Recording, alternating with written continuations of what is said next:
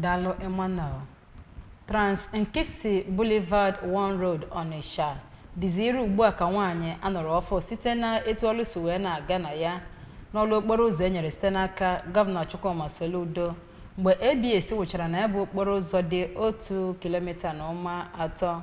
ma bụrụ nke egbuwara abụọ. Ụmụ nwoke ụlọ ọrụ ngoji ọlụ ha ka ahụrụ ka ha na-alụ ọlụ ịgbara aja na nsọtụ ya bụ okporo ụzọ. Ngozi Obileri bụ onye ọlụ anyị gara n'ebe ahụ wetara anyị akụkọ ka ya bụ ọlụ si aga.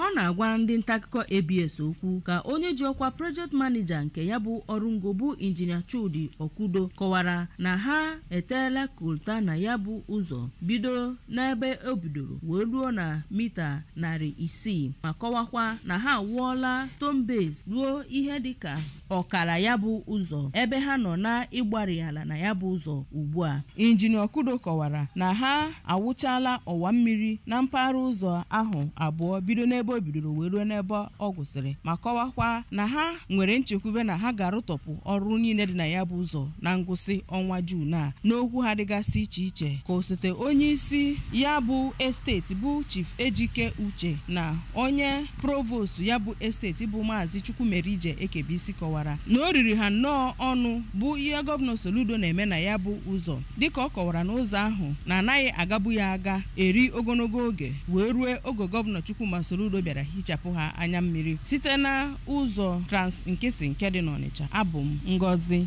Obileri.